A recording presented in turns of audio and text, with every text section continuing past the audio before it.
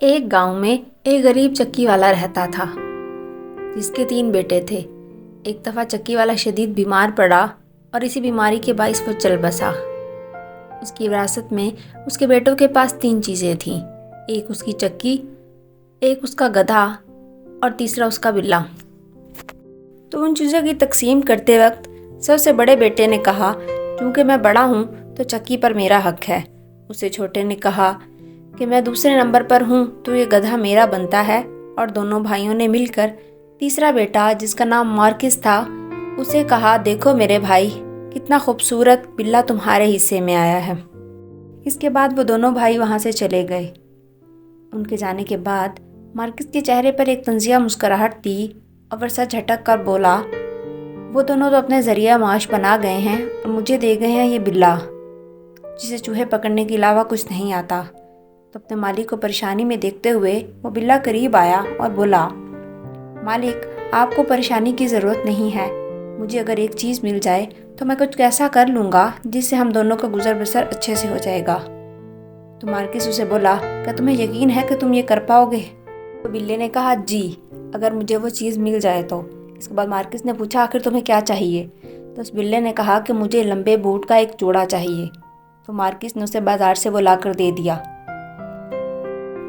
بلا تیار ہو کر قریبی کھیت میں گیا جہاں سے اس نے ایک گوبھی لیا اور اسے ایک بورے میں ڈال لیا۔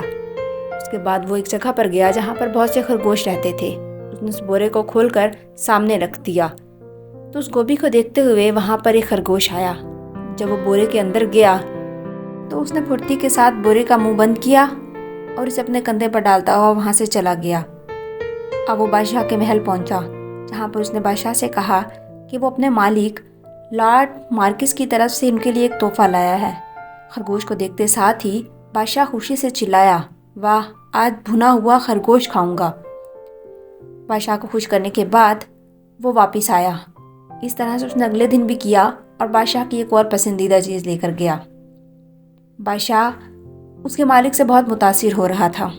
بلا بہت تیز تھا اور اس نے بادشاہ کے آنے جانے کا وقت بھی معلوم کر لیا تھا۔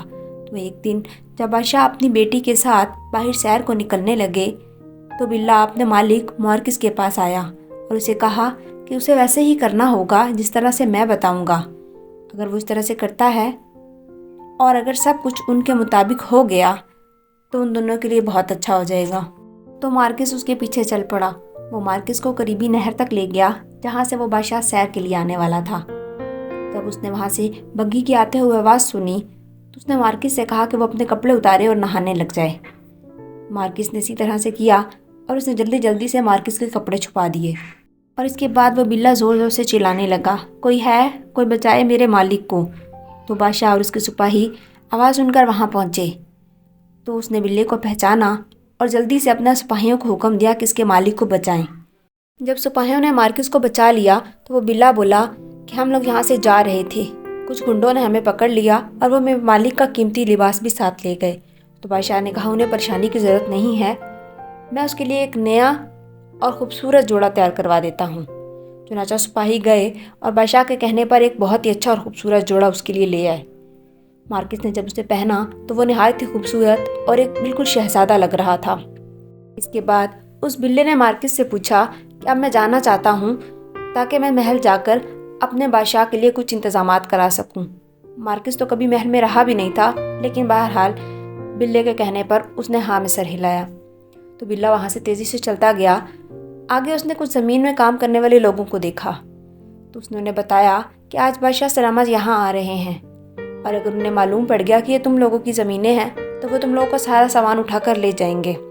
تو اس لیے بہتر ہوگا تم لوگ بادشاہ سے کہنا کہ یہ لارڈ مارکس کی زمین ہے۔ وہ لوگ ڈر گئے تھے، چنانچہ انہوں نے اس بلے سے کہا کہ ٹھیک ہے، وہ اسی طرح سے کہیں گے۔ اس کے بعد وہ بلا آگے بڑھا اور ایک بڑے سے محل میں گیا۔ دراصل وہ محل دیو کا تھا، جہاں پر جا کر اس نے دیو سے کہا اگر وہ یہ چاہتا ہے کہ میں اسے طاقتور مان لوں تو اسے ایک کام کرنا ہوگا۔ تو دیو نے پوچھا کہ اسے کیا کرنا ہوگا؟ اس نے کہا کہ اگر تم مجھے ایک شیر کی طرح بن کر دکھا دو گے تو میں مان لوں گا کہ تم طاقتور ہو۔ تو چٹکی بجاتے ہی وہ دیو ایک شیر میں بدل گیا۔ تو بلا بولا، یہ کوئی مشکل کام نہیں ہے، یہ تو میں بھی کر سکتا ہوں، میں تب تمہیں مانوں گا جب اتنا بڑا دیو ایک چھوٹی سی چیز جیسا کہ چیونٹی یا پھر چوہے میں بدل جائے گا۔ تو غصے میں آ کر اس دیو نے کہا، یہ کام بھی میرے لیے مشکل نہیں ہے، یہ دیکھ لو، ابھی چٹکی بجاؤں گا اور میں ایک چوہے میں بدل جاؤں گا۔ اس نے اسی طرح سے کیا۔ اس بلے نے بھاگ کر اس چوہے کو پکڑا اور اسے کھا گیا۔ اپنے ہونٹ صاف کرنے کے بعد اب وہ جانتا تھا کہ وہ محل خالی ہے۔ اس نے محل کے تمام ملازموں کو اکٹھا کیا اور بولا کہ اب ان کا مالک دیو نہیں رہا، لیکن ان کو ایک نیا مالک مل سکتا ہے جو کہ نہایت ہی رحم دل ہے، اس لیے تم لوگ کو ویسے ہی کرنا ہوگا جیسے میں کہوں گا۔ تو تمام ملازمین اس بات کو مان گئے۔ اس نے وہاں پر تمام ملازموں سے کہہ کر بے پناہ کھانے بنوائے۔